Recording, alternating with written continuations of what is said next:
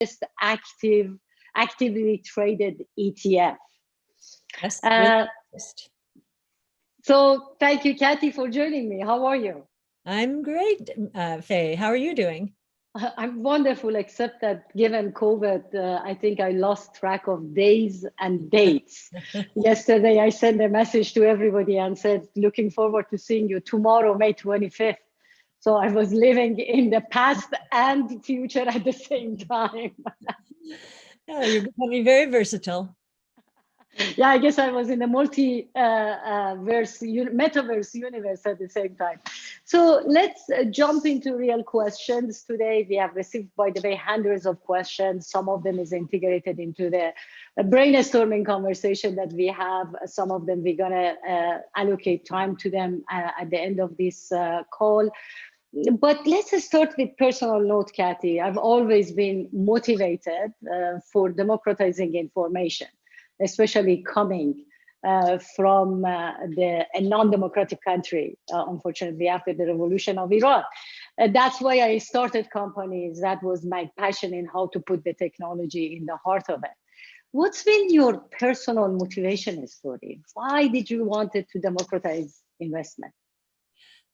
Well, I felt the first thing I wanted to do was in some way disrupt financial services with the technologies that I had seen disrupt other industries. And it turned out that social media was a big one. And I've also, my father is, both my parents are from Ireland, and I could tell they felt excluded from the world of innovation, being able to invest in it. And a lot of it happening in the private world. And my father was a design engineer on radar systems, and he just knew that there were some huge opportunities out there, but that he would not have access to them. And I thought, wow, why not combine this desire to use technologies to advance financial services? I say disrupt, but it's really advancing the financial services industry. Open up a research ecosystem, share our research, our first principles research, give it away so that we can engage with the communities we're researching, the innovators. I just thought it was going to be a win-win from so many angles. And I have to tell you, I'm really surprised at how quickly it took off. Now, I say that for the first 4 years, we practically did nothing, but then we were ready to scale. When the market was ready for us, we were ready for the market. And so it's been a convergence, I would say, of many desires. Wonderful. That's actually an amazing story, and you've done it, as you said, which actually. So you just said it, for the first 4 years, you didn't do much, but then it took off, right? Mm-hmm. And in many of your discussions, you talk about this, we're being in a unique period of history. Yes. So you saw some indications. Yes. Can you elaborate on that, on the key converging trends across all industries that you saw? Yes. Well, one of the first things we did in terms of organizing our research department was change the categorizations of research. Right now, in the traditional world, research is very siloed by sector or industry, or even more specialized to sub-industry. And so we're looking at technology, 5 new platforms evolving at the same time that are going to permeate every sector, cutting across sectors. And so, and these technologies are converging. So the 5 technologies, these are the foundational platforms. So DNA sequencing, robotics, energy storage, artificial intelligence, and blockchain technology. The seeds for all of these platforms were planted in the 20 years that ended in the tech and telecom bubble. And in fact, the technologies, even at the end of that 20-year period, were not ready, and the costs were way too high. So we've had 20, 25 years of gestation of these 5 platforms. The way we've organized our research is our analysts are specialists on the technologies involved in these 5 platforms. There are 14 technologies. And they are generalists when it comes to sectors and industries or sub-industries. So it's, again, flipping research on its head because technology is permeating every sector, and it is blurring the lines between among sectors and industries. And a really good example of this, which combines 3 of the major innovation platforms, the foundational ones, is what we believe will evolve during the next few years, much sooner than many expect: autonomous taxi networks. That will involve the convergence of 3 platforms. So our research team is very collaborative as well, set up in a different way and very collaborative because these technologies are converging. So autonomous taxi networks, that's the combination of robotics, autonomous vehicles are robots. Energy storage, they will be electric. That is total cost of ownership of an electric vehicle right now is already lower than a gas-powered vehicle. And artificial intelligence, they'll be powered by AI. And so we've got 3 different analysts on these areas who are collaborating and building these models. We're set up very different from any other financial firm. And the other way we're different is our analysts are very young. They have 1 foot in the new world. They just got out of some of the most advanced technology programs in universities today, or they've worked in industry and are bringing those learnings to us. We do not hire, for the most part, MBAs. And the reason is, this is a little Bernstein-esque from my days at Alliance Bernstein. The reason is we believe that it is much easier to teach rocket scientists how to read financial models and how to build them than it would be for us to teach MBAs about rocket science or genomics or artificial intelligence. So I think that's giving us a competitive advantage. Wow, so that's very interesting because when I first listened to your discussion on one of your talks, I thought, oh my God, she sees the world from the same angle, especially when you talk about the convergence, right?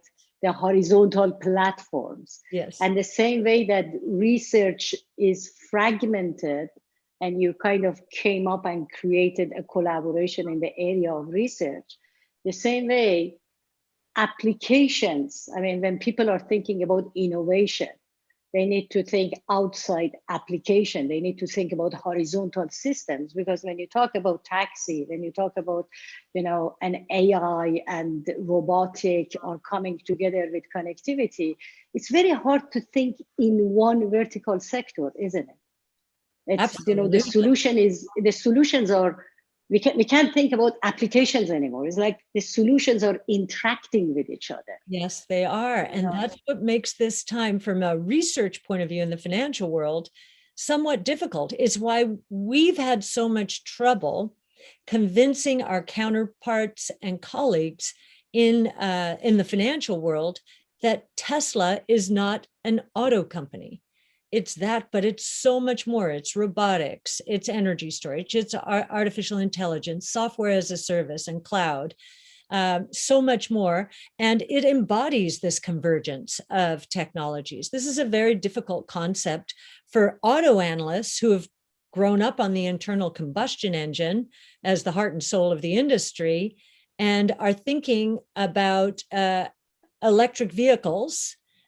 Cannot possibly, as foreign territory, and now they're getting with the program.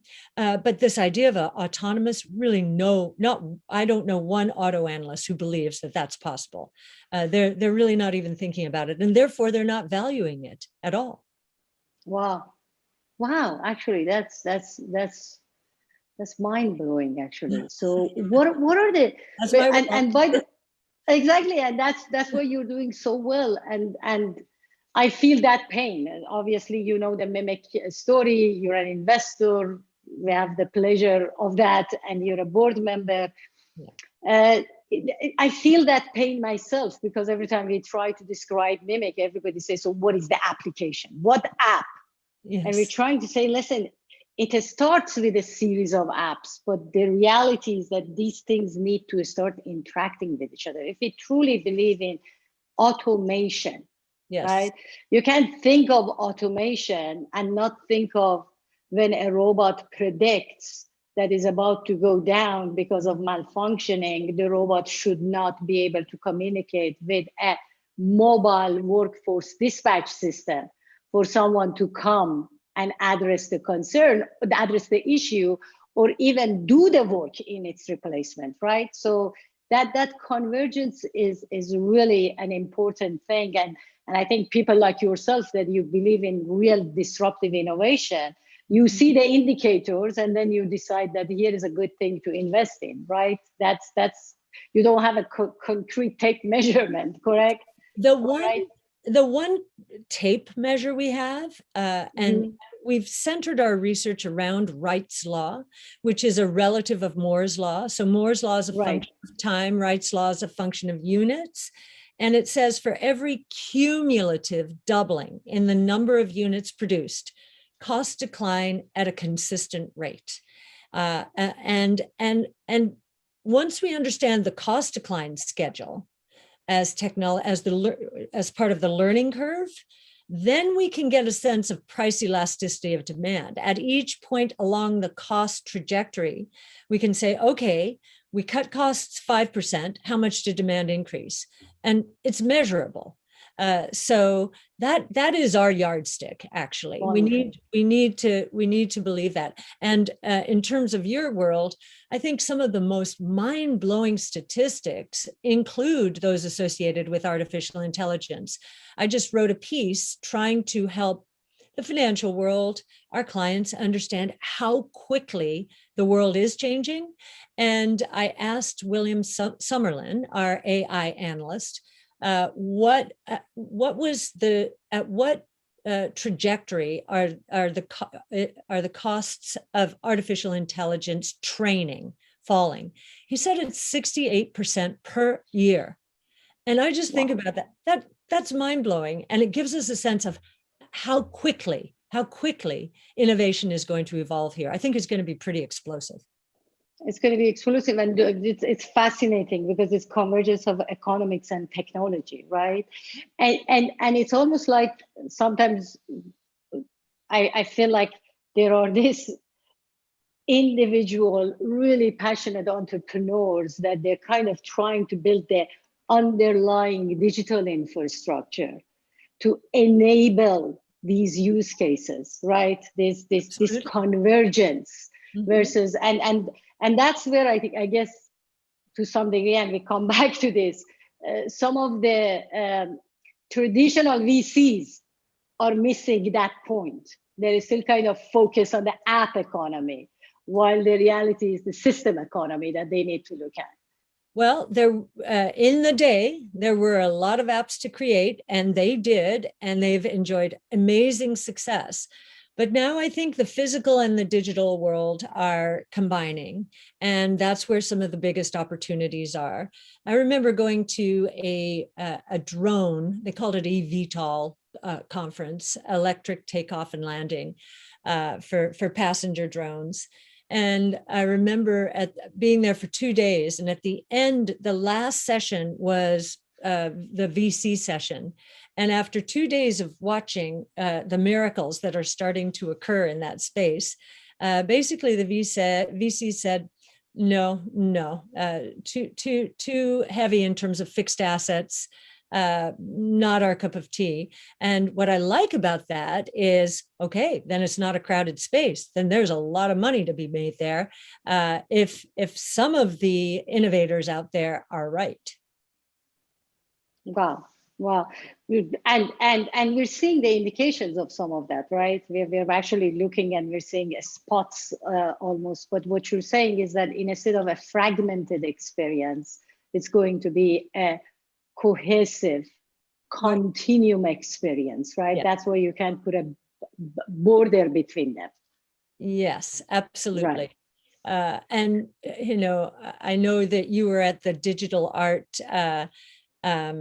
it was an art gallery show of digital art involving artificial intelligence. And what I learned from the creators there, as we are moving towards really rewarding the creators for their creations, is that world is becoming very collaborative and generative. So I think those two words we're going to see and hear a lot more. It was fascinating.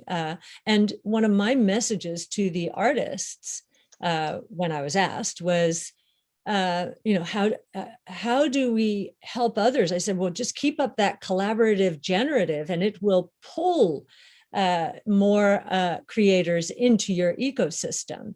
It'll be a win-win. So we're not siloed and working alone anymore. We're actually building on each other's strengths. Absolutely, collaboration, because the key message that yes, in that virtual art gallery that Angela Dalton and yourself, Signum and Arc, you launched it, and I'm sitting watching that. It was an amazing job that Angela did and you guys did.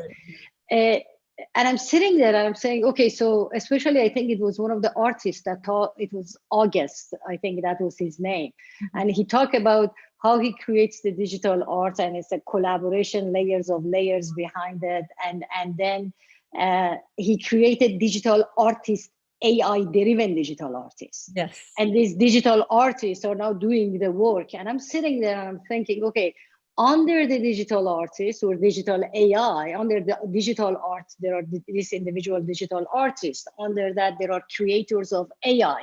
Under that is this knowledge exchange that constantly collaborating. And I'm thinking, oh my God, so the developers are artists as well, because they're creating and contributing to creating this notion of microservices, this notion of collaboration between these things. So the economy is like, so now gonna evolve around every contributor.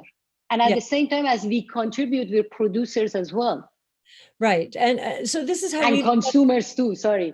Sure. Yeah. This is how we set up our research ecosystem. It is open. We are doing first principles research, original research around rights law and all of these new technologies. And we are giving it away not when it's finished, as it's evolving. Why are we doing this? We want to engage with these communities, the communities who are actually making this happen. And we want pushback. We want them to battle test our assumptions. We want them to find us wrong before the stock market finds us wrong.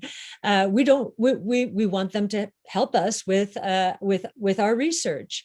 So it's the same thing. It's collaborative and it's generative. They're building on top of our research. Some professors take our models into their PhD programs, their graduate programs. For example, our autonomous taxi network platforms and modeling. Clemson University has used it in its automotive engineering graduate programs. All we ask is that they tell us, share with us any insights they have, and actually help us improve it or correct any assumptions that may not any longer be correct.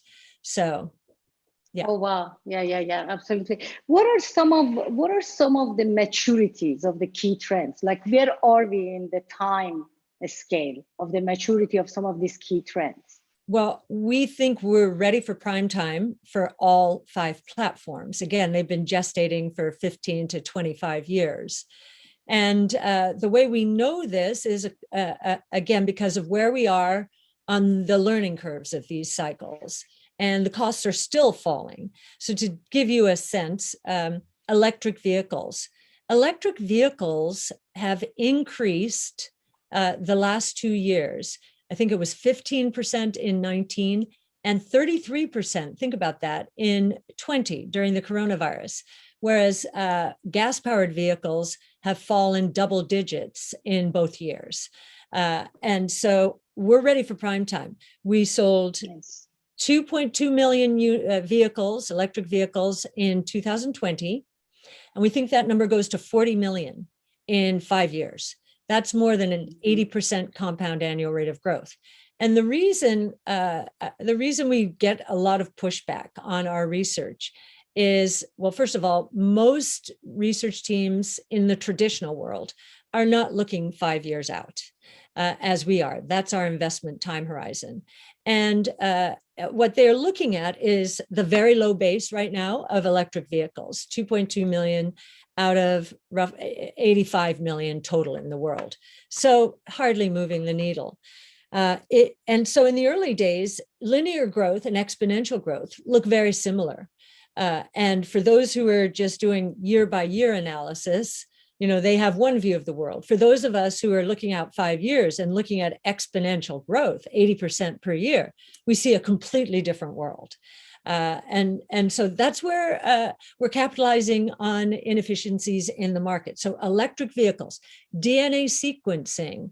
I think last year, there were 2.6 million whole human genomes sequenced in the world, including China. And we believe in 5 years that will be at least 100 million. And that doesn't count the viruses, bacteria, crops, animals that we will also be sequencing. That's just humans. So that's ready for exponential growth. And we've hit liftoff because finally Illumina has re-entered the learning curve. They held it flat, and I think they hurt themselves competitively. Artificial intelligence, I think everyone's scrambling now. We're in the picks and shovels phase because I think most companies and industries understand that those with the biggest bodies of data and the highest quality data and the best AI expertise are potentially going to run away with the market. And many people think, oh, okay, you can say that with autonomous taxi networks, we get it. But even molecular diagnostic testing, the amount of genomic information being used today, stored computing power and so forth, coming out of DNA and other genomic sequencing is beyond the likes of anything we've ever seen. And so the molecular diagnostic testing companies who harness that data in the right way are going to be the first to figure out, what diseases people have and what therapies match up best with them. We would put in Vitae at the top of the lead table there. I think this idea of winner take most because of data, AI is going to hit us in surprising ways. And I think, the winners will be those who run as hard as possible now with these technologies, even if they need to sacrifice current profitability. And that's a very hard thing for the traditional financial world to understand. It's not difficult for us to understand. We see Tesla running away with the autonomous taxi network opportunity, whereas most analysts aren't even thinking about it. They will be thinking about it because we believe that market will generate $6 to $7 trillion in revenues by the end of this decade, which means in the middle of the decade, they could be valued at roughly $4 trillion from zero today. So think about that. That is truly exponential growth. Wow. Fascinating in terms of massive amount of data, massive amount of compute, all connected, right? Mm-hmm. They each participating in this automation driven by AI everywhere. Yeah. And I was going to say, go ahead. Sorry. I was just going to give a sense of the drama associated with the learning curves. So if you look at EVs, so battery pack systems are the biggest cost component of an electric vehicle. And we know that for every cumulative doubling in the number of EVs produced, costs of the battery pack system will drop 28%. So that by 2025, the Toyota Camry will still cost $26,000 US dollars. However, the like for like 350-mile range electric vehicle will cost $18,000. That is real drama, and that's why this electric vehicle. And you can say the same thing for DNA sequencing. For every cumulative doubling in the number of whole human genome sequenced, and there were 2.6 million last year.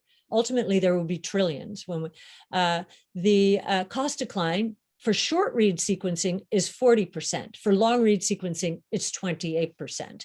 These are huge cost declines, and that's why we're ready for prime time. We've hit the sweet spot of the curve. So what we have here are S curves, all 14 different technologies, S curves all in moving into position. And then we have S curves intersecting with other S curves, this convergence idea. And I've tried to help our clients understand how important it is to focus on this. And the best way to do that, I think, is someone gave me this analogy.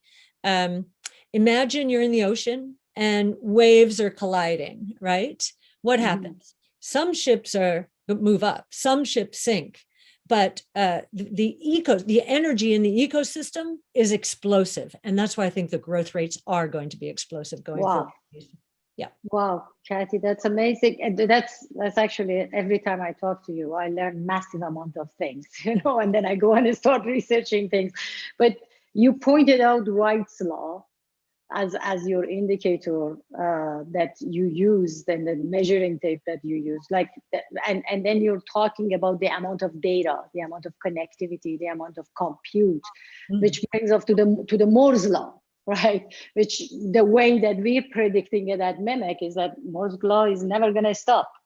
The devices are going to become more powerful, and now compute is where the data source is, right? Which is that's why you can't send all data to cloud to be processed. Every device at that same level of data production is a cloud of its own. Automations of the solution that are running there to process data, to create knowledge from data, and exchange knowledge amongst this compute that are available. Yeah, right. Collaborative, and generative. Really, those are two very important words. I will say, in terms of the semiconductor industry, Wright's law is actually working better in the semiconductor industry than Moore's law is, because of the slowdown in units that we've seen. Now, we think that what's helping the ecosystem that you just described, Fay, is a lot of software, AI being the biggest part of that. So we still see the world moving moving forward incredibly quickly from an innovation point of view, but it's also going to create a lot of we call it creative destruction.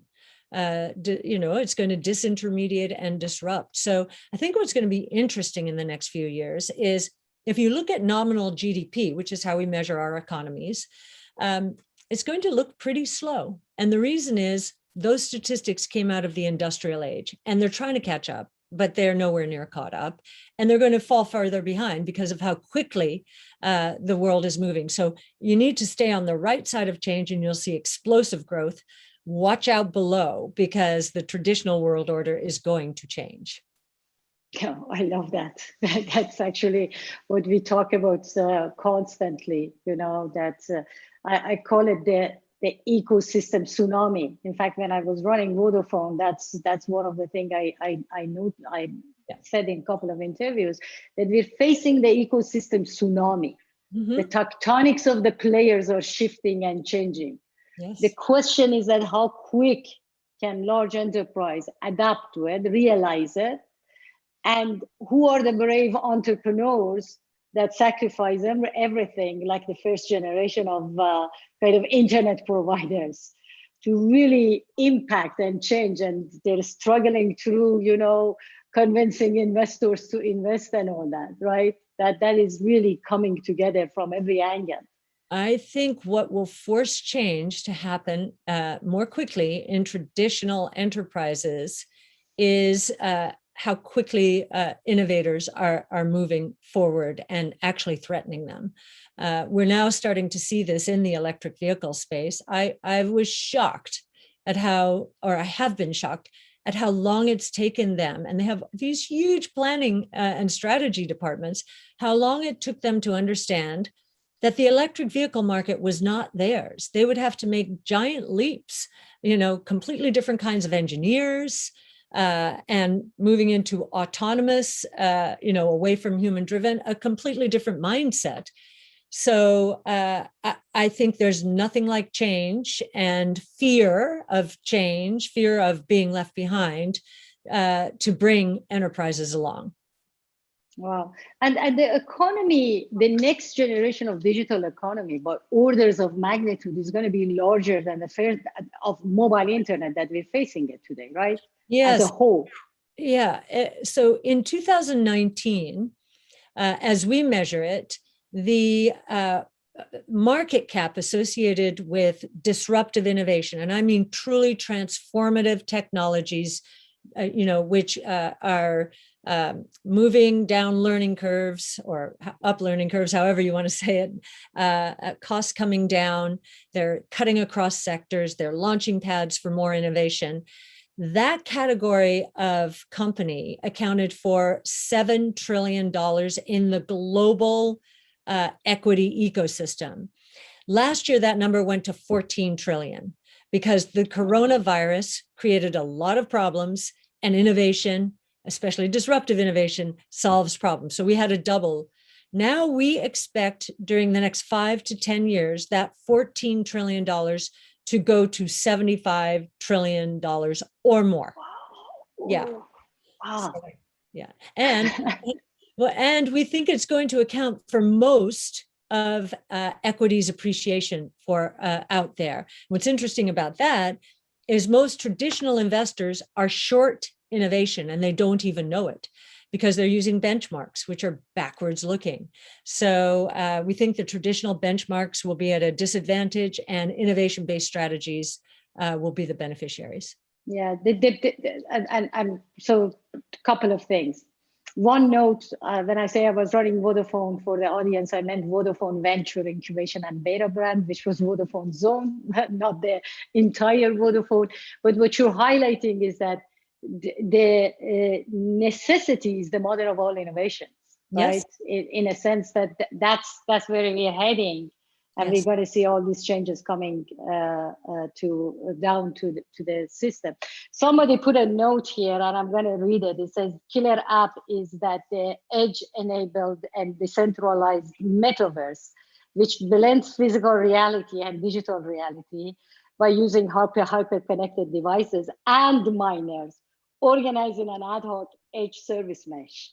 What do you think of that? I agree. In fact, we saw the beginnings of that during the art gallery show, right? Mm-hmm. It was pretty amazing. And what was interesting about that experience is we have a lot of work to do to get there. It took a lot of trial and error to get that right.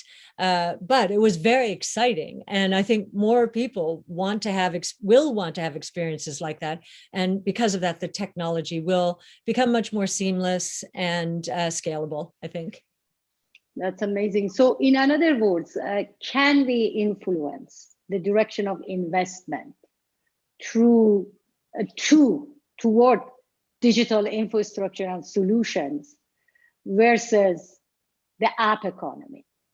How is this gonna shift in the companies that are already public, large incumbents? Where's the fuel of investment there? And then for the startup community, for the entrepreneurs that are building those infrastructures. Yeah, I think that based on my experience in how these things evolve, the questions will change, right? And I'm hearkening to a well-known example now, just in the innovation space generally, and that's Tesla. We're very well identified with Tesla. It's one of our largest positions.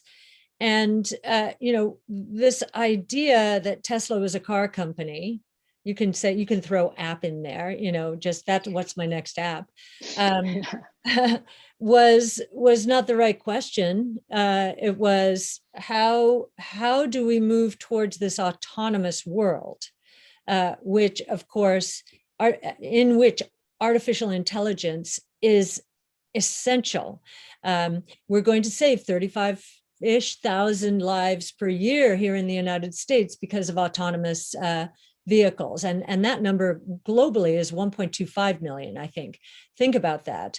Think about ESG. I mean, I know Tesla's been, because of its Bitcoin purchase, under a cloud from an environmental point of view. I think they're going to fix that and become a part of the Bitcoin mining ecosystem, so that solar will actually accelerate much faster than otherwise would be the case. But just how Tesla identified itself, because of the way it was thinking about the world, not at all like traditional auto companies. It is going to win a market that, as I just mentioned, is going to be $6 to $7 trillion globally. It won't win China, but certainly it will in the US, we think. It asked the right questions. Okay, how can I use these platforms? Robotics, that's very physical, right? Artificial intelligence, very digital. Energy storage, that can be both. It's mostly physical, but there is some digital in there. There is digital in how can we engage the physical and the digital world to create a completely new thing? So in the app world, it's nothing to do with apps, and we don't even know exactly what it is right now. Exactly. That's why when some people are looking for this notion of killer app.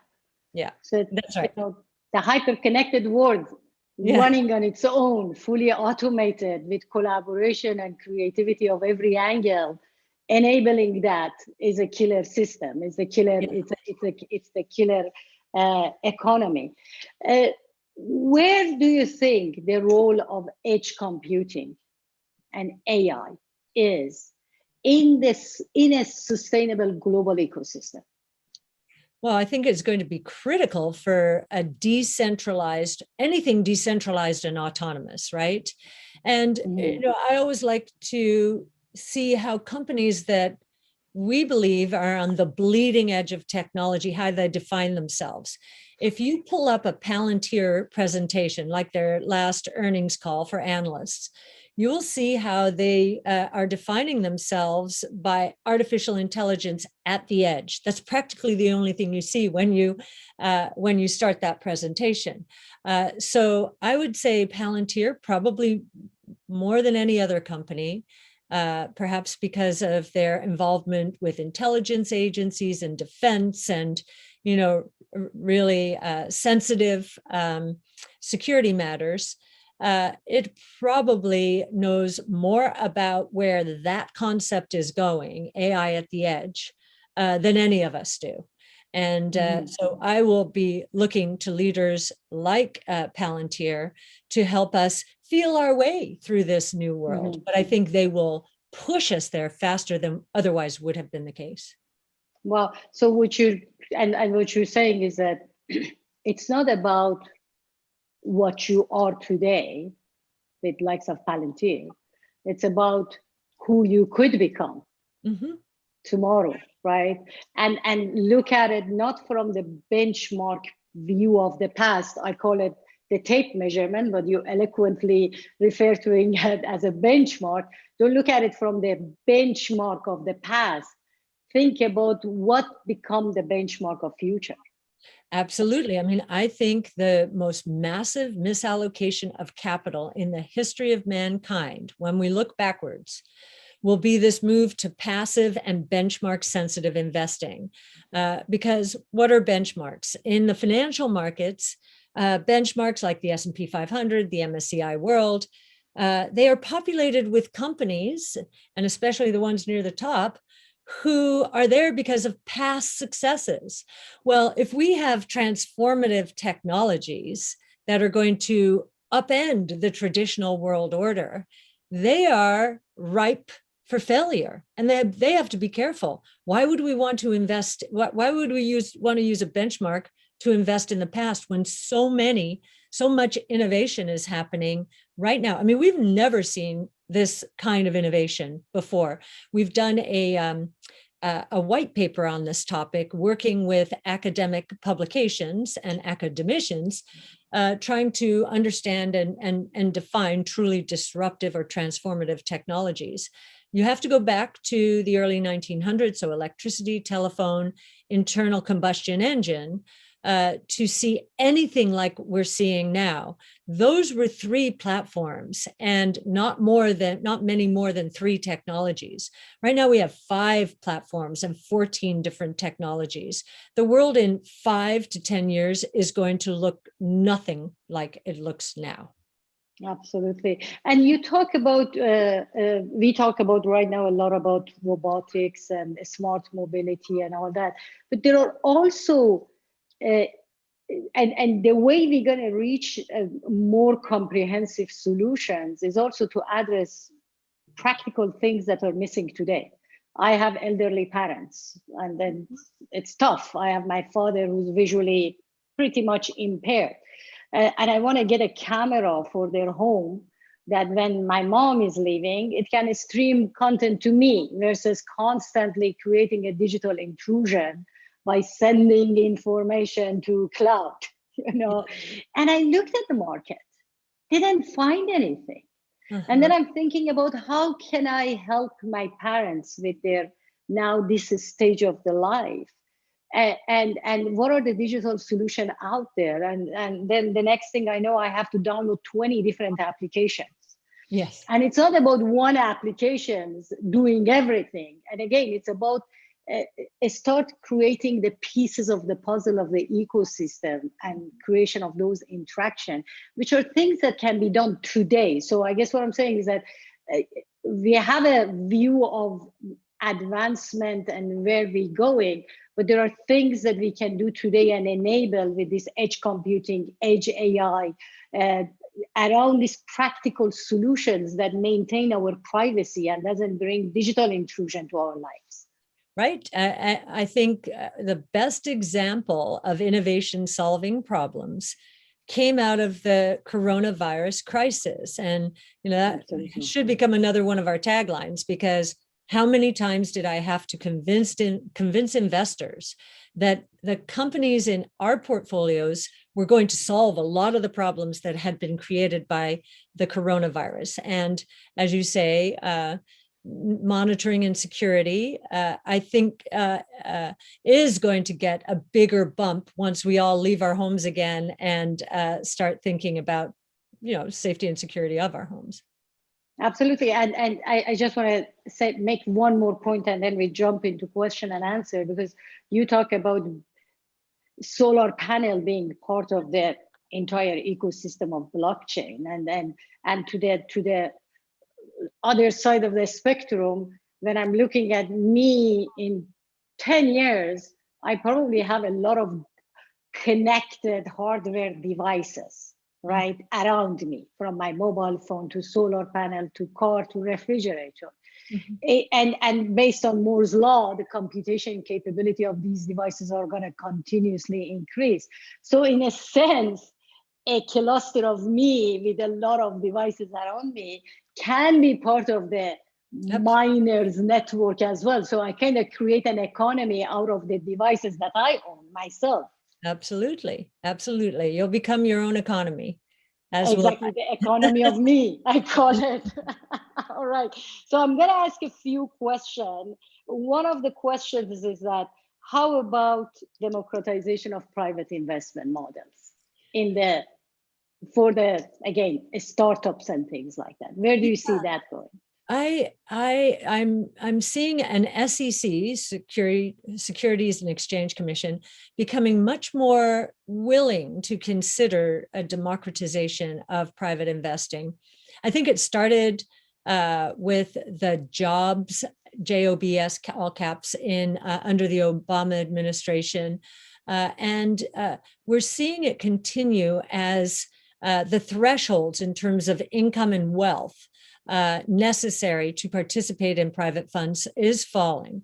But for real democratization, I think there are wrappers out there. Interval funds, one of them. I think they're more than 20 years old, not really popular. But if, as we've looked into them, it's possible to do a private public strategy within an interval fund. So we're looking into it more. We think it's very important that we be able to expose more and more people to innovation. I can't tell you, especially after last year, how many people, thanked us for introducing them to innovation, that they have made money. They made money off of our strategy and other strategies, maybe some of our stocks. And it's changing their lives. Now, this year to date, it's been rocky, but we have a 5-year time horizon, and our conviction in these technologies has only increased during the last 6 months. So our price targets are the same. Our portfolios or our strategies are from their very peak down 30% or more. So they're on sale. So you have to have a longer term point of view. We're trying to teach the traditional public markets about the rewards from having a longer term point of view. And we're looking for, whether it's a wrapper or, a regulatory blessing, for an ability to combine public and private. There should be no real distinction if there's a professional a portfolio manager managing the asset on behalf of clients who need to be well diversified. And this is another source of diversification. And that's actually, let me ask you this, because a lot of questions are coming in, that why did you invest in Mimic or become the board member of Mimic? What interested you there? If you can comment on that. They say that you would, yeah. Yeah, so a couple of things. First of all, the introduction was through a friend. I've invested in the technology space with him for many years. And so I knew from an integrity point of view that, we had a really good starting point. And then when I learned more about your technology and your passion for it and your desire to help people understand how profound these changes are going to be as we move to the edge and bring AI into the equation more and more, I realized you had the same issue in terms of your story as I did with mine in the early days. And that's what was, this is not exact, but just to give you a sense of what we were trying to do, we were trying to say, those benchmarks could cause you trouble. And if you keep investing in them, you will be sorry in the next 5 to 10 years, we believe. Certainly sorry relative to what we're providing with our portfolios, compliance would say, what we believe we are providing with our strategies. And we had, because whether it was institutions or wirehouses, RIAs, they couldn't check all the normal boxes. Again, the boxes are based on the old world. They were having trouble putting us anywhere until we had our success with first Bitcoin and then Tesla. Then they started paying attention. I think you're at that point. You are positioning yourself in the equivalent of the aha moments for people. For us, it was Bitcoin and Tesla. I don't know what the aha moment is for Mimic. I think it could be pretty big when you think about autonomous and safety and security. Not wanting to go to the cloud if you're in an autonomous vehicle that is in some danger. You want that information right at the edge. Or we were talking earlier, you have a baby and you're on the other wing of the house.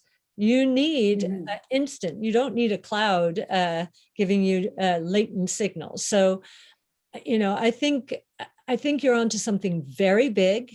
I think you've got an an elegant solution, which means that enterprises who have developers and programmers inside them will be able to move their computing power to the edge with maybe a week's worth of work because of the solution you provide, instead of a year's worth of trying to do it themselves. And I'd liken it to Twilio. No one would build a message app right now. Twilio has done that, right? And I would say something similar is evolving in your world. And I remember I felt the same about Twilio when I first heard it. I thought, oh, that's a big idea. And I feel the same way about Mimic. Oh, wonderful. So I think, yeah, thank you for that comment. And I think the aha moment is when people realize that slides need to communicate. So it's no longer about Internet of Things, it's about Internet of Systems, the tech slides I meant. So one question is that what is your expectation for tech companies in the next coming 4 to 10 years? Well, those who are on the right side of change, we think will scale in the market from $14 trillion to $75 trillion. That is not a pie in the sky. We took each of the 5 platforms and scaled them to maturity, or to where we think they'll be. So that is not an idle.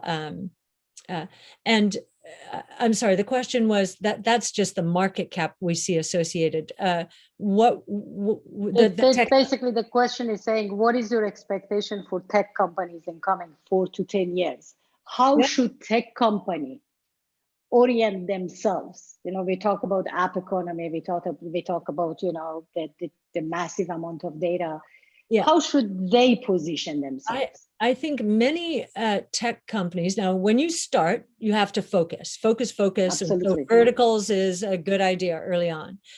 But given the way I described the 5 platforms, how they are cutting across sectors, I would, if I were an enterprise, and I would start with the existing vertical, but then I would start to move into more verticals because of the convergence, this technology permeating every sector, every industry, and this idea of collaborative, generative work going forward. So that would be the big idea. I understand. I experienced it myself. We had to focus, and we also had to pivot as a startup. So I'm thinking more about enterprises and how they also embrace technology. Right. So the interactions between these verticals pretty much is what we're talking about.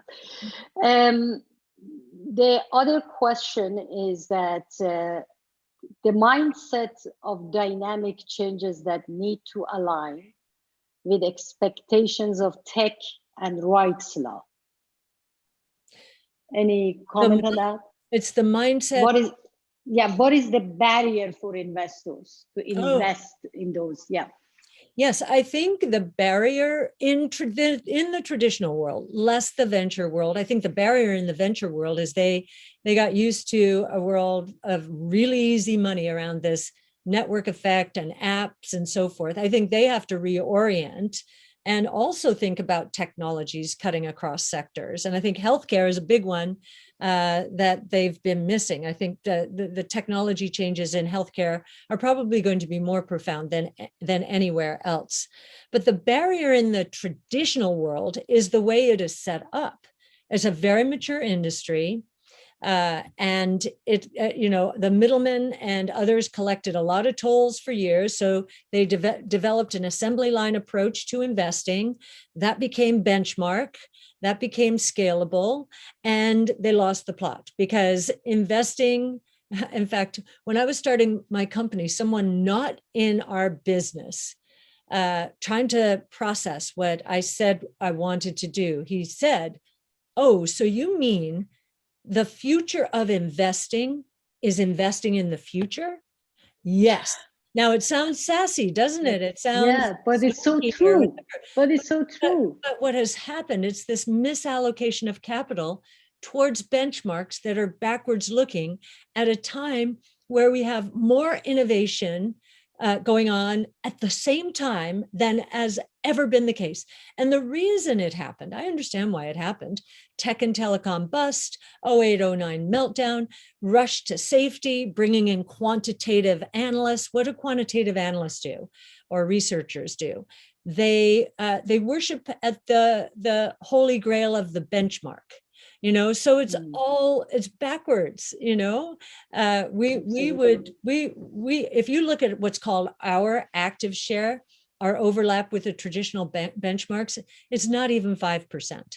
And if you look at the QQQs, which many people associate with innovation, I think 42 or 44% of that is the FANGs and Microsoft. We don't own them for the most part in our flagship portfolio. And then another 25% is in industries that we think are going to be disrupted, and only the balance, so 25 to 30%, is in the truly disruptive space. So I think the box checking has been a big problem. A lot of people, you'll notice this year, have been watching us saying, we are writing for a fall. This is ARC. That we have created a new bubble, that our fate is to implode just like the tech and telecom bubble, and they're kind of rooting for it. And I'm not saying this is in a mean way, but they think there's a bubble out there. I love the fact they think there's a bubble. I think it's fantastic. I love the fact that so many people are worried about a bubble, because that tells me we're not in a bubble, right? And it does tell me when they do their research and look out 5 years, they'll say, oh my gosh, this is a huge opportunity. So I love, as an investor, I love the skepticism. I love the dynamic of this benchmark versus a portfolio of the future. And I also love the fact that even for those who decide to stick with their benchmarks, we can at least serve as a hedge against the failures that will be a part of those benchmark portfolios. Absolutely. That's actually amazing. It energizes us when people challenge us. It energizes us. We learn more, we discover more, right? We crystallize what we're all about. We crystallize, yes.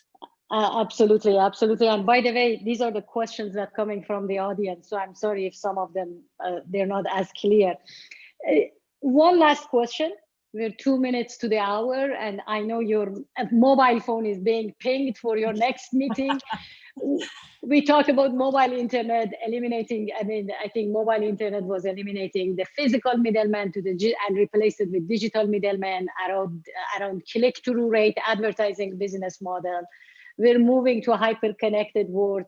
I believe that's an area that we kind of eliminating the digital middleman and replacing it with more direct exchange in hyper-local cluster between systems. What do you think is the business model of that is going to look like?